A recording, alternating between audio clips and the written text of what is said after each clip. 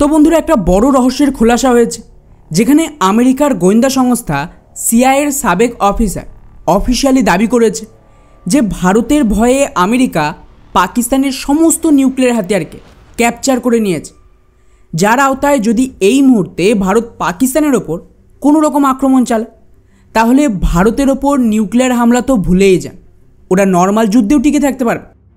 অর্থাৎ সহজ ভাষায় বললে এখন পাকিস্তানের সমস্ত নিউক্লিয়ার বেসিক্যালি আমেরিকার সরকার কন্ট্রোল করছে। আর এই দাবি যিনি করেছে তিনি কোনো সাধারণ ব্যক্তি নয়, ইনি হলেন আমেরিকান গোয়েন্দা সংস্থা সিআইএর সাবেক কাউন্টার টেররিজম অপারেশনের প্রধান জন কিরিয়াকো। এই ব্যক্তিকে আমেরিকা মোতায়েন করেছিল 2002 সালে পাকিস্তানের ভেতর নিজেদের সমস্ত অপারেশন চালানোর জন্য। তো যেহেতু এই অফিসার এখন রিটায়ার হয়ে গেছে, তো রিসেন্টলি ভারতীয় মিডিয়াকে দেওয়া এক সাক্ষাৎকারে উনি এমন কিছু দাবি করে বা খোলাসা করে যা গোটা বিশ্বে হইচই ফেলে দিয়েছে।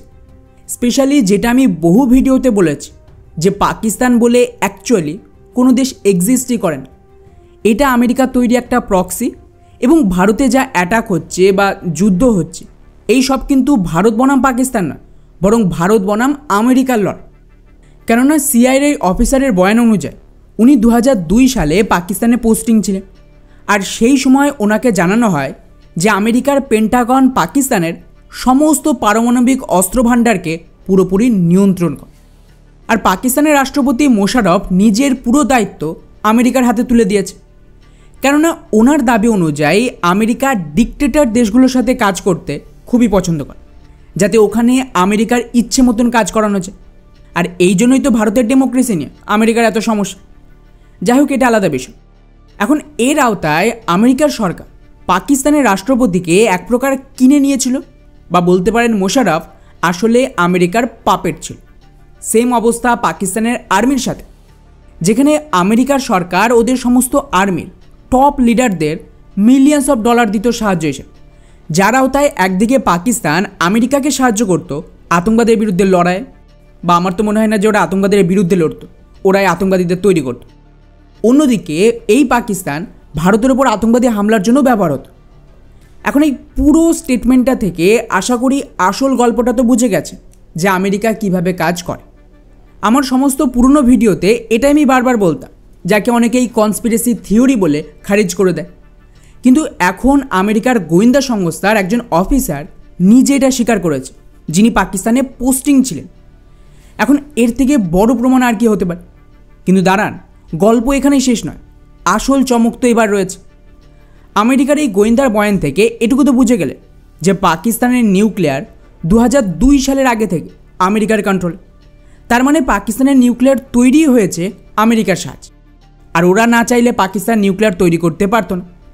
তো প্রশ্ন উঠবে যে ওরা পাকিস্তানকে নিউক্লিয়ার দেবে কেন? ডেফিনেটলি ভারতকে এই রিজিয়নে কন্ট্রোল করার জন্য। এখন এই ঘটনার সাথে রিসেন্টলি ঘটা কয়েকটা খুবই রহস্যময় ঘটনাকে পরপর সাজালেই আপনারা বুঝতে পারবেন যে আগামী দিনে কতটা মারাত্মক খেলা শুরু হবে। অপারেশন সিঁদুরের দরুন 9 মে যখন ভারত পাকিস্তানের এয়ারবেসগুলোতে আক্রমণ করে, তার মধ্যে একটা হামলা নূর খান এয়ারবেসে হয়েছিল, আশা করি মনে আছে। এখানে আক্রমণ হতেই কিছু মজাদার ঘটনা ঘটে, যার ফলে এখন আমেরিকা পার্মানেন্ট পাকিস্তানের নিউক্লিয়ার সম্ভবত এখান থেকে সরিয়ে নিয়েছে। সম্ভবত এই জন্যই বলছি কারণ অফিসিয়াল তো কোনো রিপোর্ট নেই। এই হামলার সাথে সাথেই আমেরিকার ভাইস প্রেসিডেন্ট প্রধানমন্ত্রী মোদিকে ফোন করে, যেটা নিয়ে আপনারা জানেন ট্রাম্প একটা মিথ্যে গল্প ফেঁদেছিল। ওখানে জেডি ভ্যান্স ভারত সরকারকে জানায় যে নূর খান এয়ারবেসে নিউক্লিয়ার লিকেজ হতে পারে, তাই ভারত আপাতত হামলা থাম। এটুকু খবর মিডিয়াতে আছে। কিন্তু সেই সময় আমি বলেছিলাম যে শুধুমাত্র নিউক্লিয়ার লিকেজের জন্য হামলা থামেন, ডেফিনেটলি এর বিয়ন্ডে কিছু চুক্তি ওই রাতে হয়েছিল। এবারে শুরু হয় আসল গেম। 10 তারিখ ভারত টেম্পোরারি এই হামলা থামাতে এই দিন এমার্জেন্সি বেসিসে আমেরিকান সেনাবাহিনীর একটা বিশেষ ধরনের বিমান, যাকে নিউক্লিয়ার স্নিফিং বিমান বলে, তাকে তড়িঘড়ি পাকিস্তানে মোতায়েন করে। এর বিশেষত্ব হলো এটা কেবলমাত্র তখনই ব্যবহার হয় যখন কোনো রকম নিউক্লিয়ার ডিজাস্টার বা লিকেজ অথবা কোনো রকম রেডিয়েশন ছড়ানোর ভয় থাকে, তাকে পর্যালোচনা করে, যা ফুকুশিমার নিউক্লিয়ার দুর্যোগেও ব্যবহার হয়েছিল এর আগে। এর মানে পরিষ্কার যে আমেরিকার মূল চিন্তা পাকিস্তানকে নিয়ে না, বরং ভারত যেন নূর খানের নিউক্লিয়ার স্টোরেজে আক্রমণ না করে সেটাকে নিয়েছিল। তাই ওরা নিজেদের বিমান এখানে পাঠায় সেটা চেক করার জন্য। এরপর ঠিক তার পরের দিন মানে 11 তারিখে এমার্জেন্সি বেসিসে ইজিপ্টের একটা ট্রান্সপোর্ট বিমান পাকিস্তানে পৌঁছে যায় এগেইন নূর খানের আশেপাশে। এবং কেন এটা এসেছিল তার কোনো অফিসিয়াল বয়ান আজ পর্যন্ত আসে না, কিন্তু মিডিয়াতে যেটুকু সেই সময় ক্লেম করা হয়েছিল তা হলো ইজিপ্টের কাছে প্রচুর বোরনের ভাণ্ডার রয়েছে, সেটা এনেই নূর খানে ডিপ্লয় করা হয়। এটা বেসিক্যালি রেডিয়েশন কন্ট্রোল করতে ব্যবহার, যদিও এটার কোনো অফিসিয়াল কনফার্মেশন নেই যেমনটা আমি বললাম। তবে স্বাভাবিকভাবেই 9 তারিখে ভারতের আক্রমণ নূর খানে, ওই রাতে জেডি ভেন্সের প্রধানমন্ত্রীকে কল, আর 10 তারিখে ভারতে হামলা থামতেই আমেরিকার নিউক্লিয়ার বিমান নূর খানে আসে এবং এটার রিপোর্ট যেতেই পরের দিন সকালে ইজিপ্টের বিমান নূর খানে ইমার্জেন্সি পৌঁছে যাওয়া খুব একটা সাধারণ ঘটনা তো নয়, প্রত্যেকটা বিষয়ে একে অন্যের সাথে জড়িত। ইন্টারেস্টিং ব্যাপার হলো এরপরেই নূর খানকে নিয়ে পাকিস্তানের নিজস্ব প্রতিরক্ষা বিশ্লেষক, যিনি আইএসআইয়ের এবং আর্মির সাথে কাজ করত, ইমতিয়াজ গুল, তিনি দাবি করেন যে 90-এর দশক থেকে আমেরিকার সেনাবাহিনী এই নূর খান এয়ারবেস কন্ট্রোল করত, আর 2000 সালের পর প্রচুর পরিমাণ কিছু অজ্ঞাত সামগ্রী বিমানে করে এই বেসে মোতায়েন হয়, যেটা জানার চেষ্টা করলে মার্কিন মেরিন ফোর্স পাকিস্তান বায়ুসেনার অফিসারদের মাথায় বন্দুক ঠেকে হুঁশিয়ারি দেয় যে এই সমস্ত জানার অধিকার কারণে।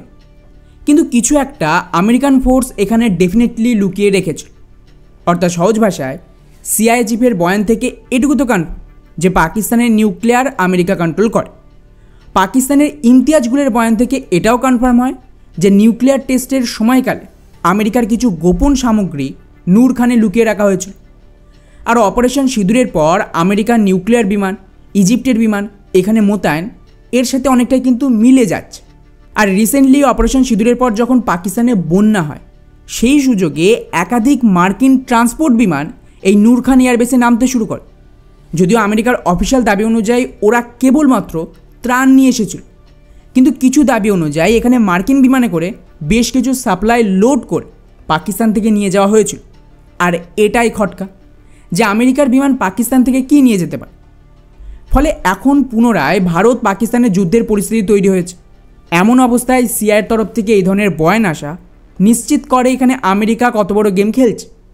অপারেশন সিঁদুরের পর বাধ্য হয়ে সম্ভবত আমেরিকা তাদের নিউক্লিয়ার সরিয়ে নিয়েছে এবং এই জন্যই তারপর থেকে ট্রাম্প আদা জল খেয়ে আমাদের পেছনে পড়ে গেছে। কারণটা সিম্পল, অপারেশন সিঁদুর পাকিস্তান নয় বরং আমেরিকার বিরুদ্ধে ছিল, আর ওদের এখান থেকে নিউক্লিয়ার সরাতে বাধ্য করেছে ভারত নূর খানে অ্যাটাক করে। তো যদি এটা পুরোপুরি সত্য হয় তো আপনি কল্পনাও করতে পারছেন পাকিস্তানকে কিভাবে ফেলে মারবে ভারত, কেননা ওদের একমাত্র রক্ষা কবচ ছিল এই নিউক্লিয়ার হাতিয়ার।